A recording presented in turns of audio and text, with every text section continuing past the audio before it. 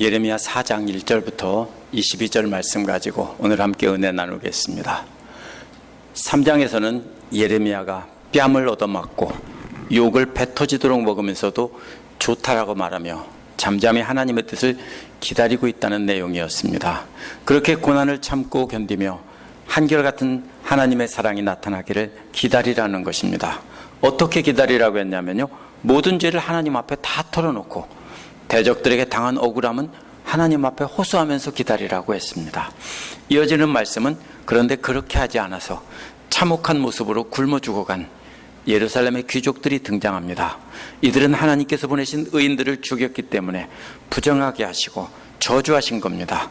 이들은 하나님의 대신 이웃나라를 의지하고 성전을 하나님 삼아서 의지하고 왕을 의지했기 때문입니다. 그러나 이러한 하나님의 심판을 보고 기뻐하면 안 된다는 것이 나옵니다. 시온의 멸망을 보고 기뻐한 에돔도 하나님께서 심판하시고 시온에 남은 자들은 회복시킨다고 했기 때문입니다.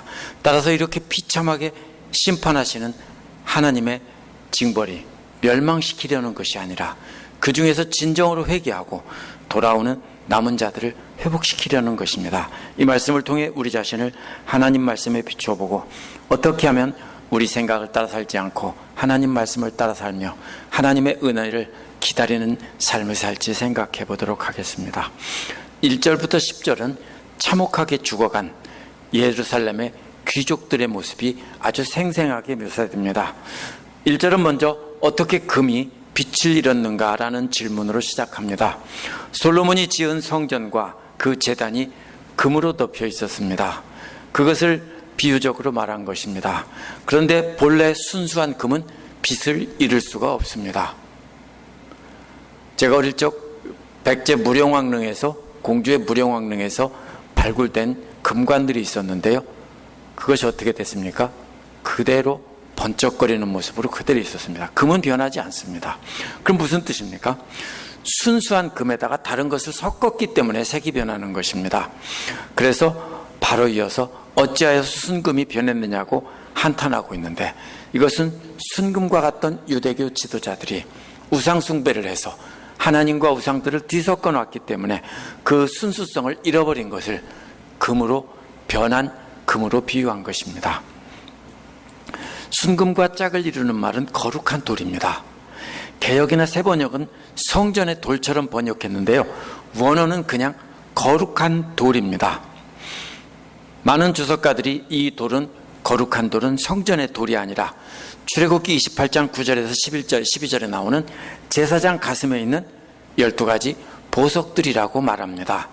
그러면 순금이 실제 성전의 금이 아니라 변질된 사람들의 비유라면, 돌 역시도 성전의 돌이 흩어졌다는 말이 아니라 제사장의 가슴에 있던 보석들이, 이게 거룩한 돌이기 때문에 보석들이 흩어진 것으로 볼 수 있습니다. 언제 이게 흩어집니까?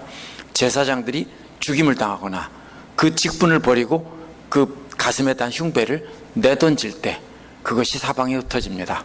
그러나 그냥 내려놓은 것으로는 흩어지지 않습니다. 적들에게 공격받고 그것이 완전히 부서져서 흩어지는 장면입니다. 2절은 과거 순금과도 같았던 보배로운 시온의 아들들이 이제는 싸구려 질그스로 변했다고 하는 것입니다. 시온의 아들들이란 예루살렘 주민들을 말하는데요, 특별히 유대교 지도자들을 가리킵니다. 순금처럼 존귀한 유대의 지도자들이 이제 싸구려 질그릇으로 변했습니다. 순금이라면 내던져도 깨지지 않겠죠. 근데 이 질그릇이라면 던지면 던지는 대로 박살이 날 것입니다. 그래서 이제는 완전히 깨져버린 예루살렘 성전과 같은 존재가 된다는 것입니다. 3절은 내 백성의 도성은 원어에서 내 백성의 딸이라는 말입니다. 이것은 예루살렘을 가리키는 말입니다. 예루살렘은 이제 들깨만도 못하다는 겁니다. 왜냐하면 들깨는 제 새끼에게 젖을 물려 빨리는데 예루살렘은 사막의 타조처럼 잔인하다는 것입니다.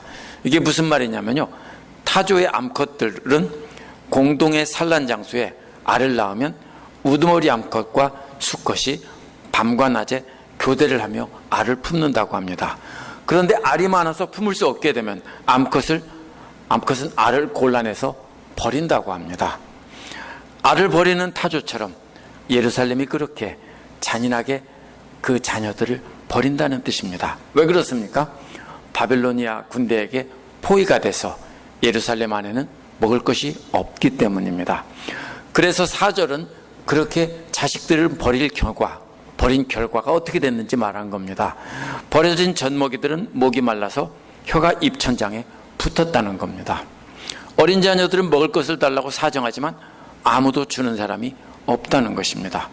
젖먹이에서 시작해서 유아기 아이들 뿐만 아니라 뿐만 굶어 죽어가는 것이 아닙니다. 5절에 보면 지난날 맛있는 음식을 즐기던 신분 높은 부자 어른들도 굶어 죽어간다는 것입니다. 또 색동옷을 입은 사람들은 누구냐면 그들의 자녀들입니다. 그런데 그들의 자녀들은 이제 거름더미 속에서, 쓰레기 속에서 살고 있다는 것입니다.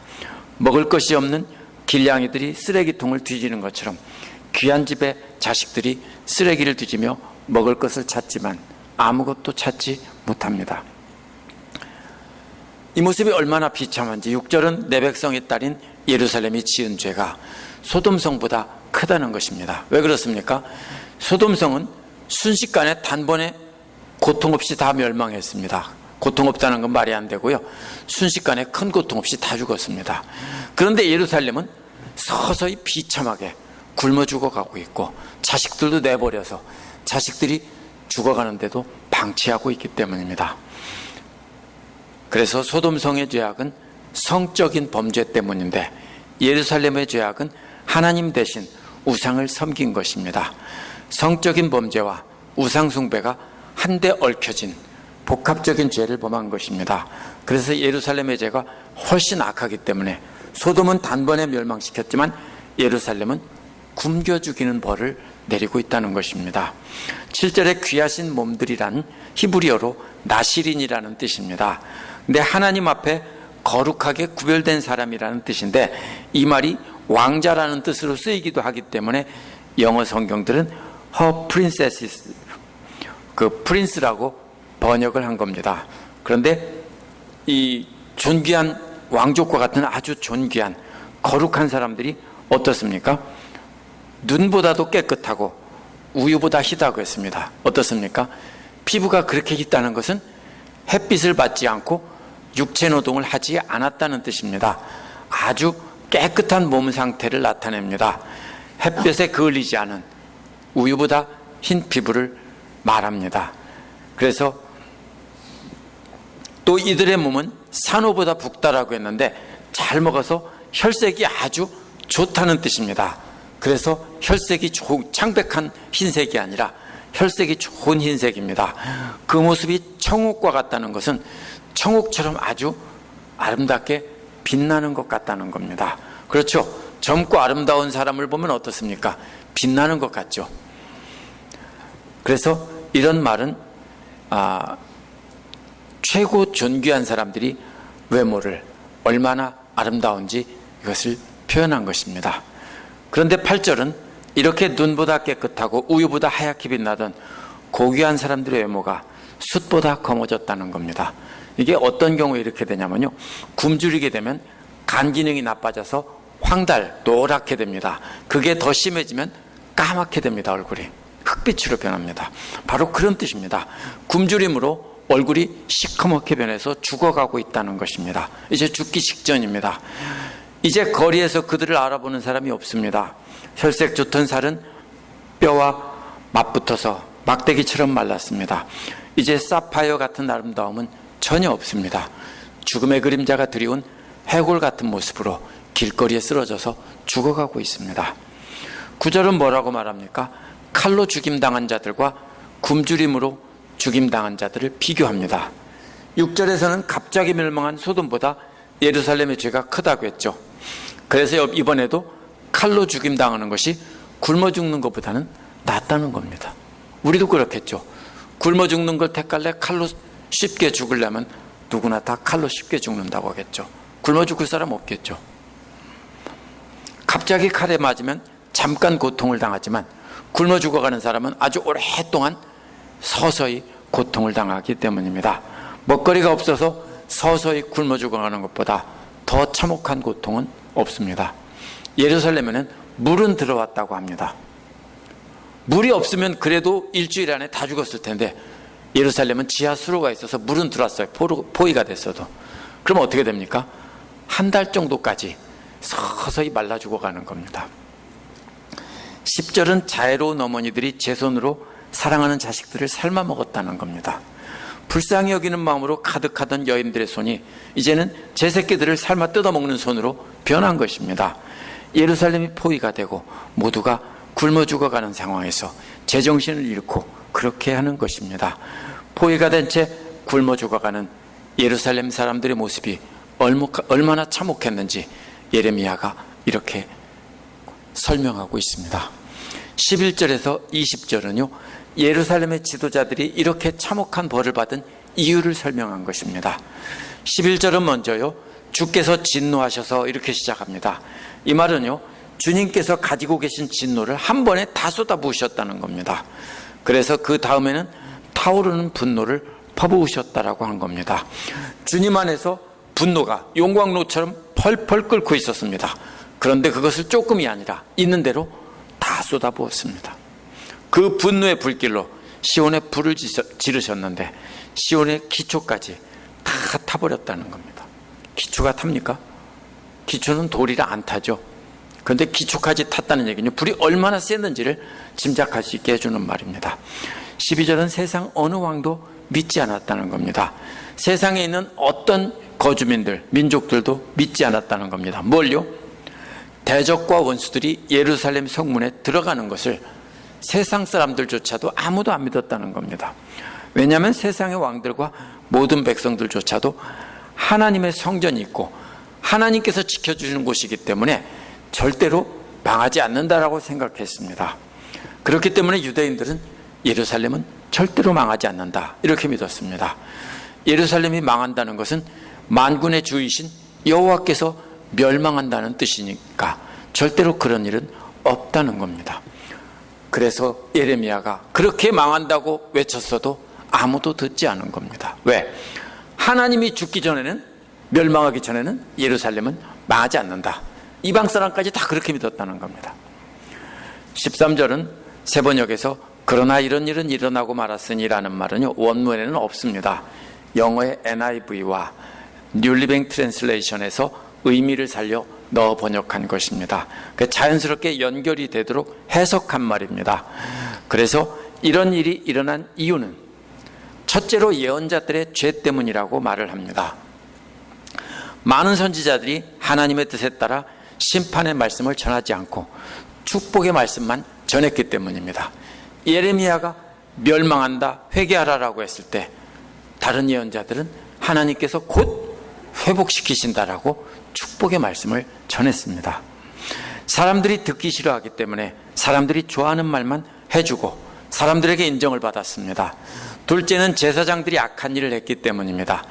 예언자는 하나님의 예언을, 새로운 말씀을 전하는 사람들이라면 제사장들은 하나님의 말씀을 가르치고 하나님의 말씀을 통해서 어떻게 살아야 되는지를 가르치는 사람들입니다. 기록된 성경을 따라 어떻게 살아야 될지, 어떻게 예배드려야 될지 이것을 가르치는 사람들입니다. 그런데 제사장들이 하나님 말씀을 잘 가르치며 이렇게 잘못을 깨닫게 했어야 되는데, 말씀대로 살도록 했어야 되는데 제사장들은 자신들의 배만 불리면서 하나님의 참된 말씀으로 사람들을 가르치고 참되게 하나님을 예배하도록 하지 않았다는 겁니다. 이처럼 거짓 예언을 전한 예언자들과 직무유기를 했던 제사장들은 의인의 피를 흘리겠다는 것입니다. 왜요?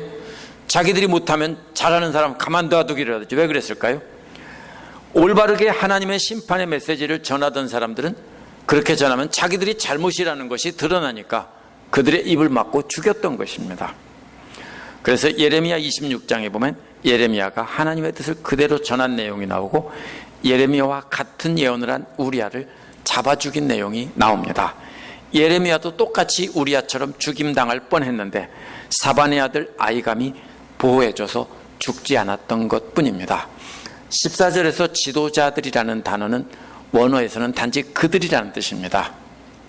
그래서 세 번역은 그들이 바로 13절에 거짓 선지자들과 제사장들이라고 보고 지도자들이라고 의미를 살려 번역했습니다. 그들이 누군지 분명하지 않습니다.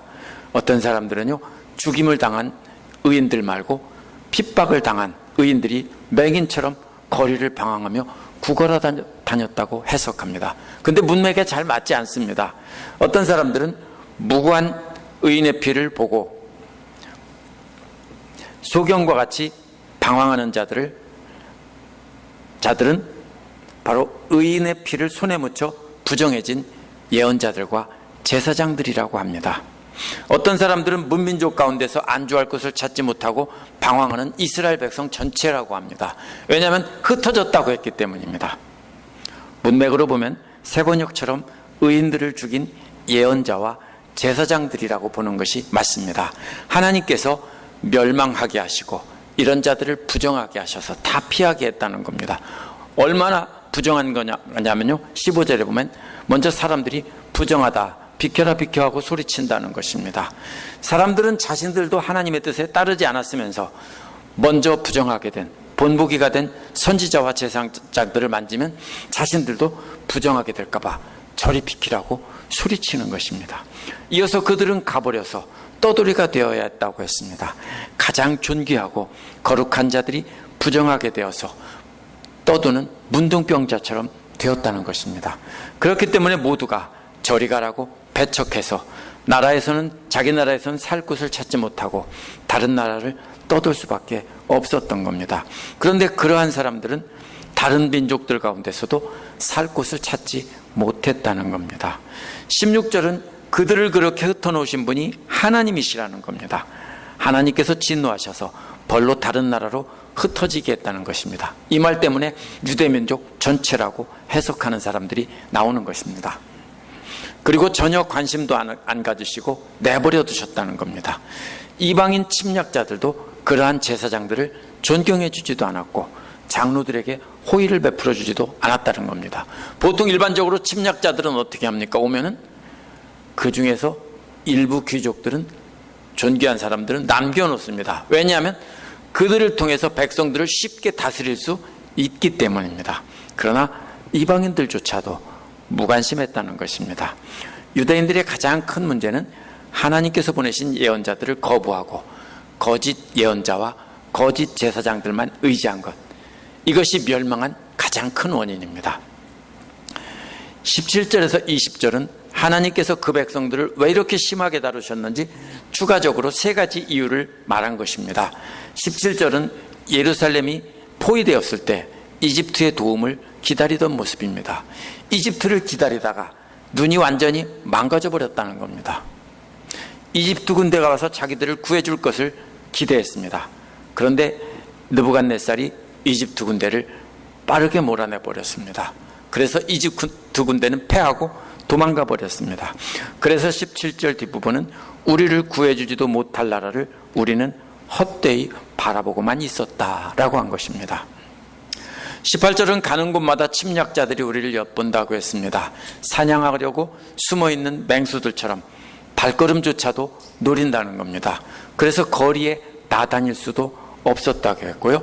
17절은 눈을 다 써버렸다고 했는데 18절은 우리의 끝이 다가오고 있다고 했고, 이어서 우리의 끝이 이미 완전히 왔다 이렇게 말하고 있습니다. 어떻게 되는 겁니까? 금방 오고 있었다고 했는데 벌써 완전히 와버렸다는 겁니다. 적들이 어떻게 됩니까? 정말로 빠르게 움직인다는 겁니다. 바벨로니아의 군대들이 정말로 빠르게 움직여서 이집트 군대도 패했고 이번에는 순식간에 이렇게 왔다는 것입니다. 유대인들이 첫 번째로 하나님 대신 의지한 것은 이웃나라인 이집트입니다. 19절에서 우리를 쫓는 자들이 하늘의 독수리보다 빨랐다고 했습니다. 얼마나 빨랐는지 하늘의 독수리보다 빨랐다. 산 위로 올라갔지만 그곳까지 쫓아왔다고 했습니다.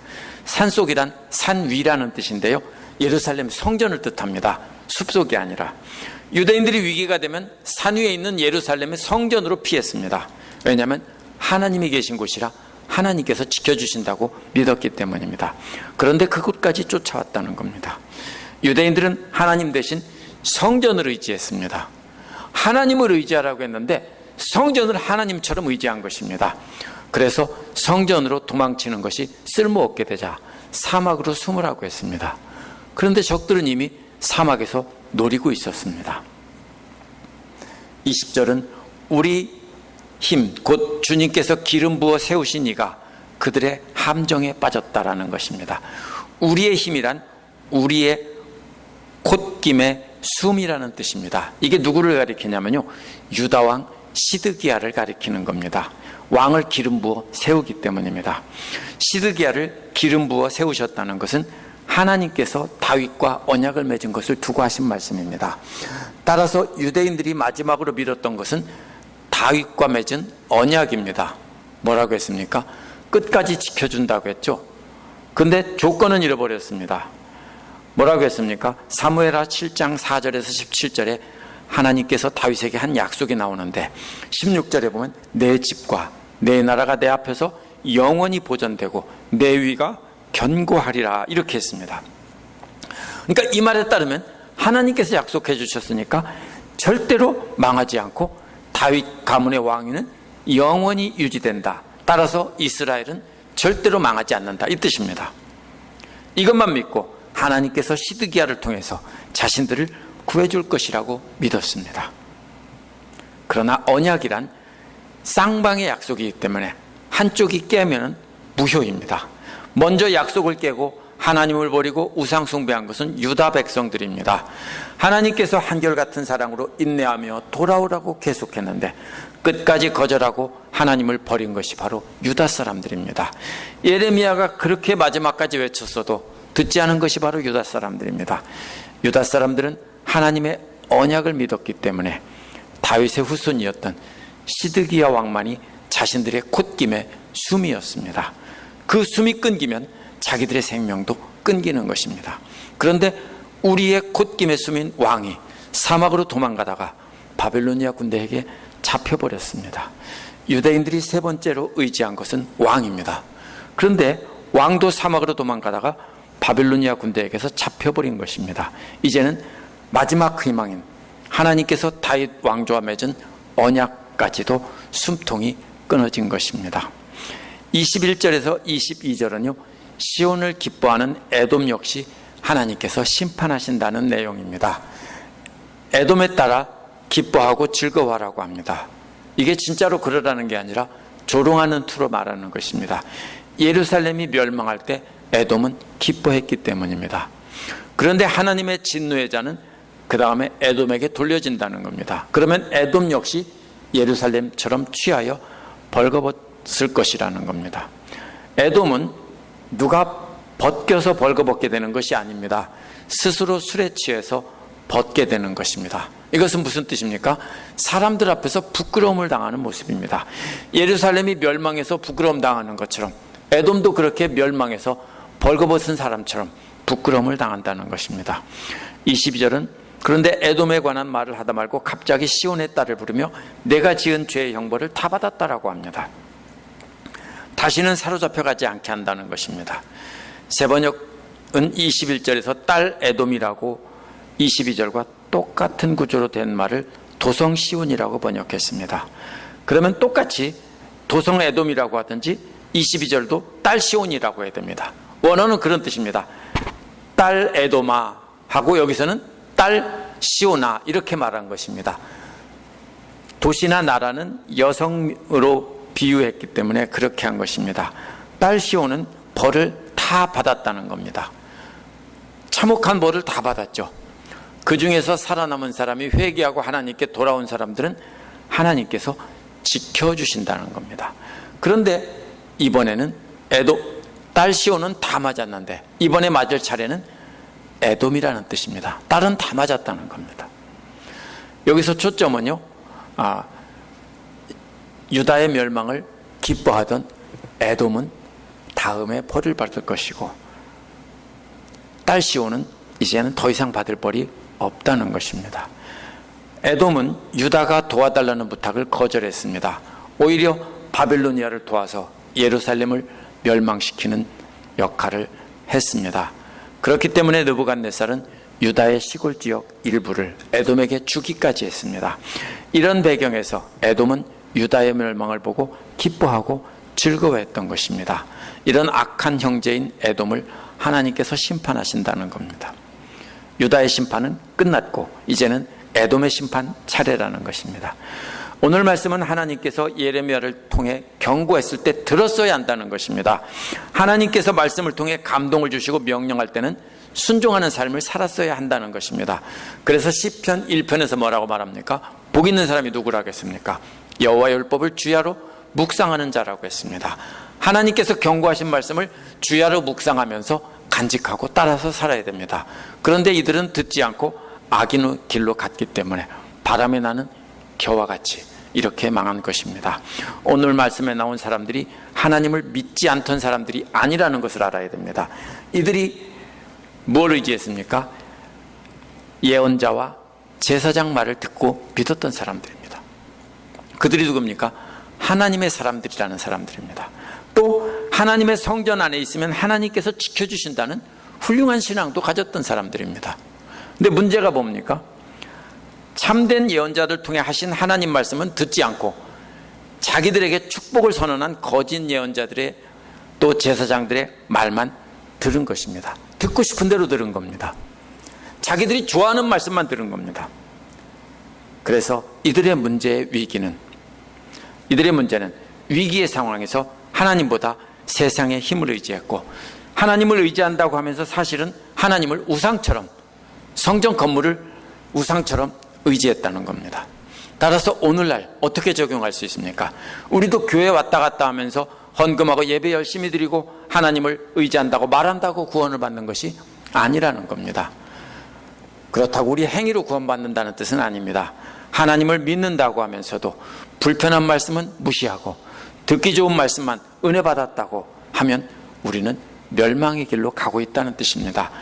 우리 또한 예레미야처럼 하나님의 말씀을 말과 삶으로 해야 하는 사람들입니다. 우리가 하나님의 말씀을 진실로 전하다 보면 우리는 반드시 핍박을 받고 욕을 먹게 되어 있습니다. 하지만 하나님께서 공정하게 심판하신다는 걸 깨닫고 끝까지 참고 견뎌야 합니다. 한 가지 추가로 반드시 기억해야 될 것은 하나님이 받을 벌을 시온이 받는 것을 보고, 하나님의 벌을 받는 것을 보고 기뻐한 에돔 역시 멸망한다고 한 것입니다. 시온은 물론 진짜 악한 자들이고 멸망하는 것이 당연하다고 했습니다. 그러나 아무리 악한 자들이라도 남의 불행을 기뻐하면 안 되는 것입니다. 그러한 불쌍한 자들을 불쌍히 여기고 친절을 베풀고 사랑해야 하는 것이 바로 예수께서 말씀하신 원수까지도 사랑하라는 말씀입니다. 우리 주님의 명령입니다. 오늘 말씀의 하이라이트는 유다의 멸망이 아닙니다. 도성 시온이 벌을 다 받았으니 오히려 시온의 멸망을 기뻐한 에돔을 벌하신다는 것입니다. 그래서 하나님께서는 그렇게 무섭게 벌하시면서도 목적은 회복시켜서 하나님의 백성으로 살게 하려는 것입니다. 오늘날 우리가 당하는 모든 고난과 시험도 우리의 잘못 때문입니다. 그러나 하나님께서 우리를 멸망시키려는 것이 아닙니다. 회복시켜 주시고 깨닫게 하시려는 것입니다. 그렇기 때문에 우리가 지금 고난 중에 있다면 하나님 말씀을 따라 우리 자신을 비춰보아야 합니다. 만약 조금이라도 하나님 대신 의지하는 것이 있다면 다 버리고 하나님께서 회복시켜 주신다는 걸 깨닫고 전적으로 하나님 말씀만 의지해야 됩니다. 기도하겠습니다.